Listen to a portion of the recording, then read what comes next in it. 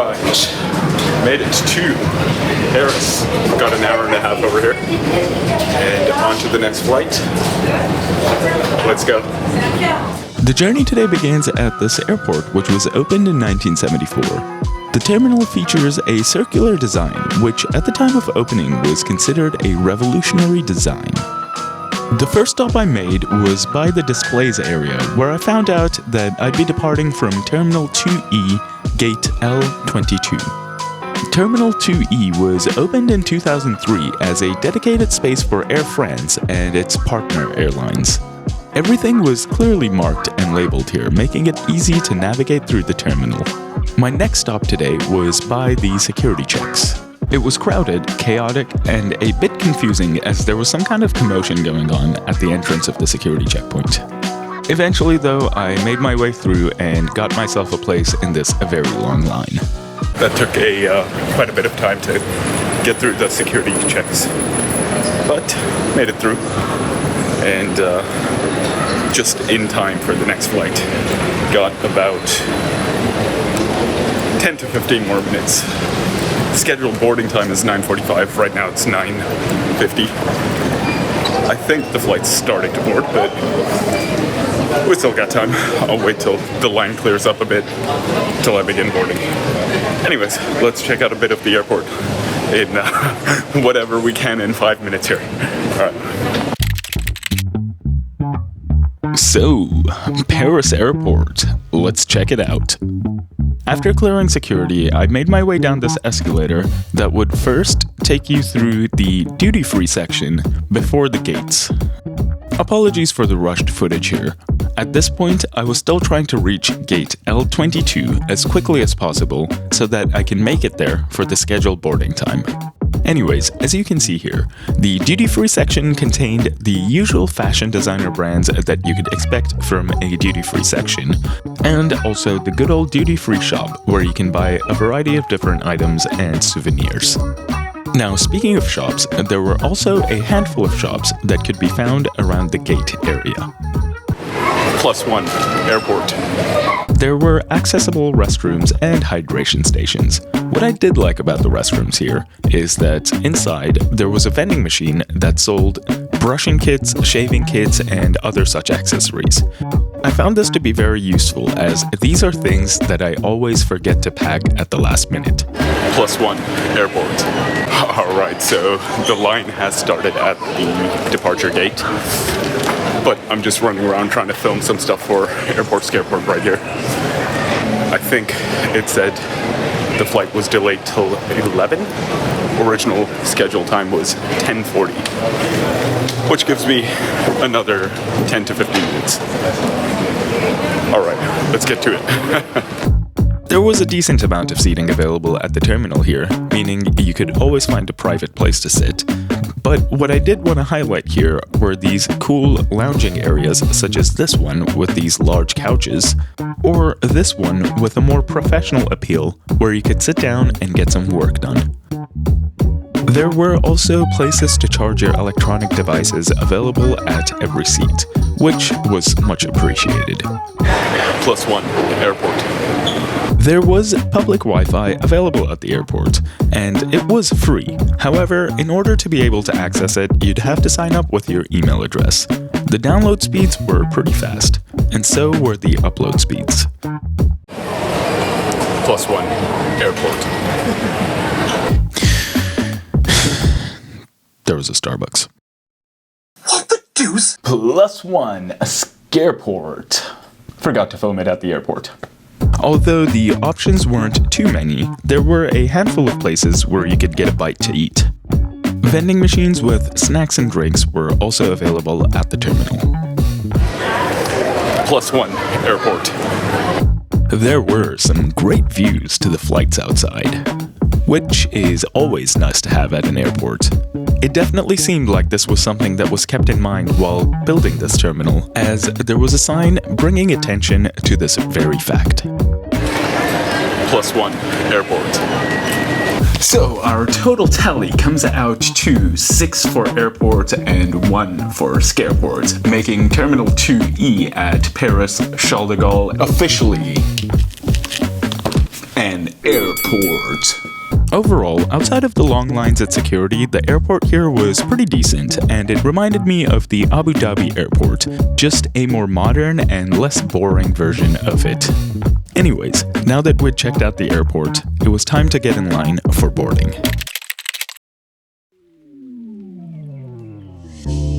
Boarding was delayed, and so was the flight by about 20 minutes, but this worked out perfectly for me as I was able to film enough content for an airport or Scareport at the Paris airport. Anyways, I made my way through the boarding checks and towards the flight that would take us to Delhi. Didn't get to spend too much time here, but that was a cool airport. That's a cool terminal. Now, just made it past the boarding checks on the jet bridge, making my way to the flight.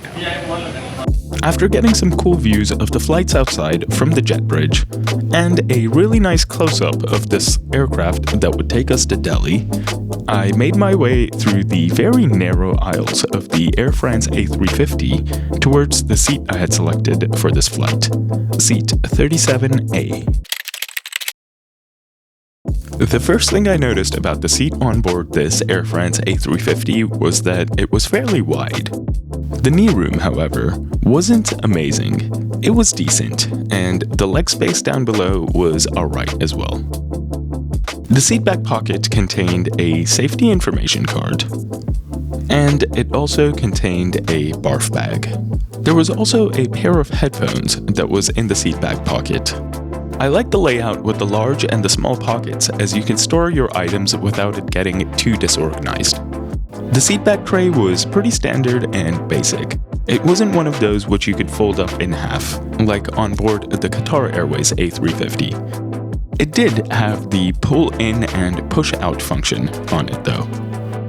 The seat also featured a fully adjustable headrest as well. Staged at every seat before passengers arrived was a pillow and a blanket. There was a pretty modern and responsive entertainment system at every seat as well, and right underneath the screen was a USB charging port and a headphones jack. Right above the entertainment system, there was a hook, which seemed to be a coat hook, but to be honest, it seemed quite oddly placed, as if you did hang anything there, it would completely cover the entertainment system. Moving on, the overhead panel on board this Air France A350 had individual reading lights, but no individual AC vents, unfortunately. The lack of individual AC vents on board this A350 was definitely felt, as during takeoff, the cabin got very warm and stuffy. Overall, it was a pretty standard looking A350 cabin, with a 333 seating layout and very wide seats. The wide seats were appreciated, but they were at the expense of the aisles, which were fairly narrow. Soon enough, it was time for us to taxi out to this cloudy and wet runway.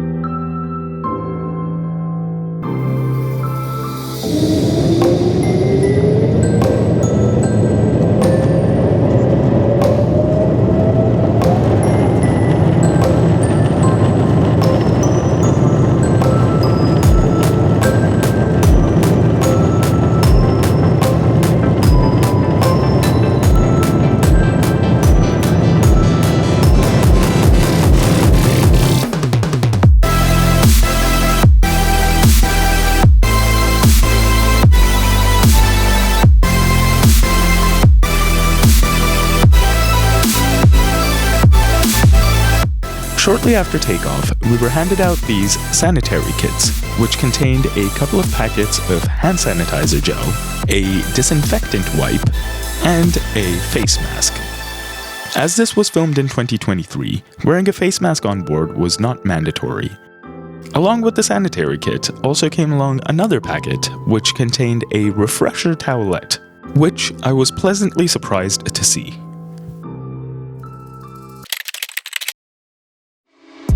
About 40 minutes to an hour after takeoff, the meal service commenced. As usual, I had pre-ordered the vegetarian meal at the time of booking the tickets. The contents of this tray included a salad, which was mostly just cucumbers and a single cherry tomato, a fruit salad for dessert, a piece of bread, some butter, and a piece of cheese. Also included was a bottle of water. The utensils that came along with the meal were wooden. The utensils pack also contained a napkin, a pack of sugar, and a pack of salt and pepper. The main course that was served had as much of a cultural identity crisis as I did. It was pasta served with some Indian-style curry with what seemed like eggplants in it. Overall, the food was alright. It was a bit on the dry side, but it tasted fine.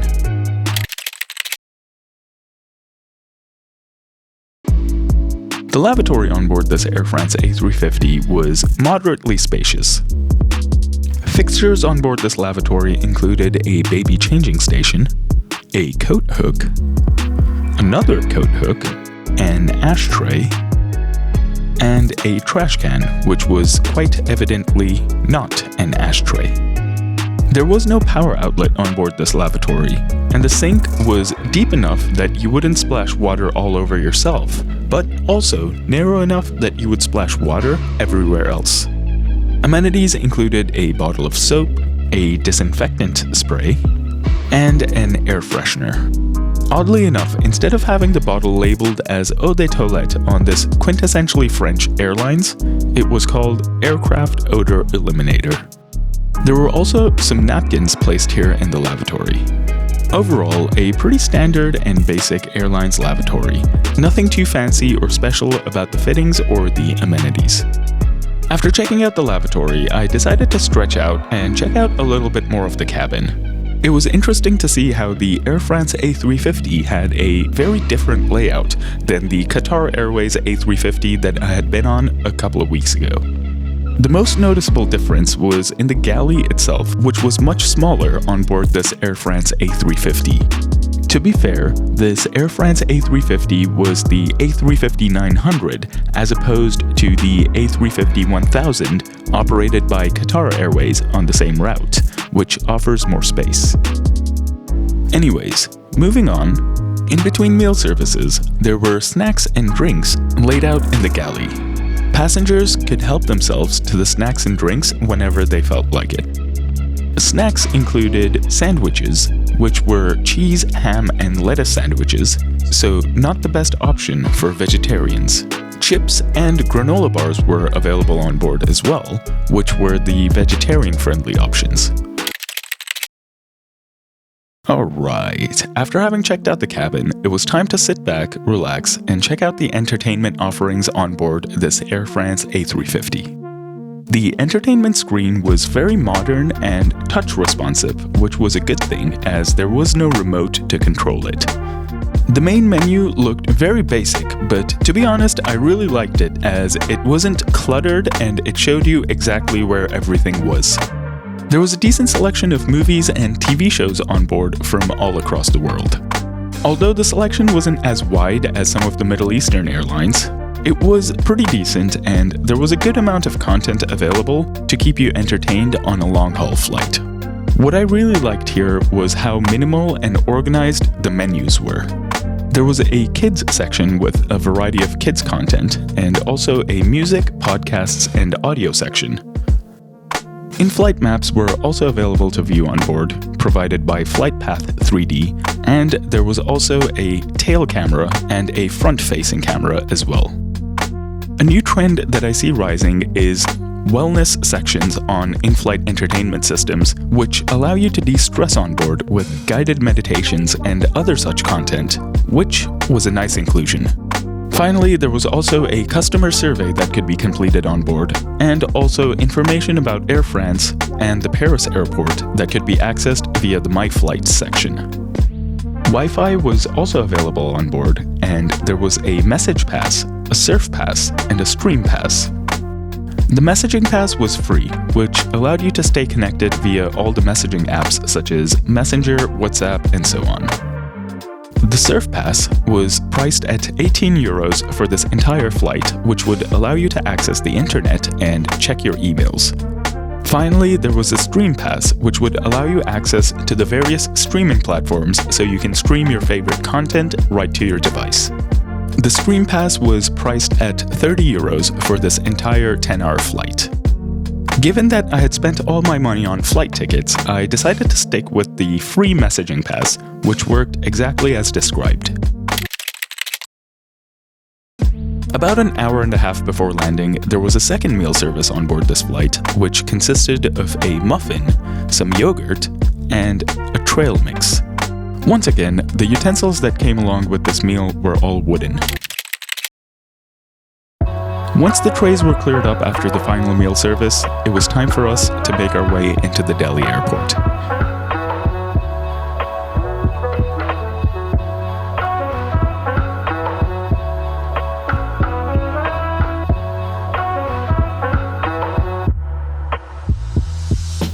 Alright guys, so made it back here to Delhi.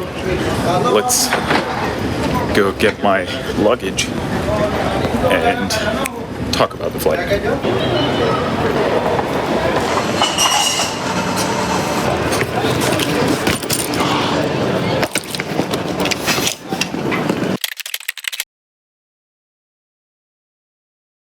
Alright guys, so Air France, we have quite a bit of things to cover here. So I started off my journey in Los Angeles, and the trip was from Los Angeles all the way till Delhi with a layover in Paris. In the video, I covered my trip from Paris to Delhi, as both the flights were fairly similar.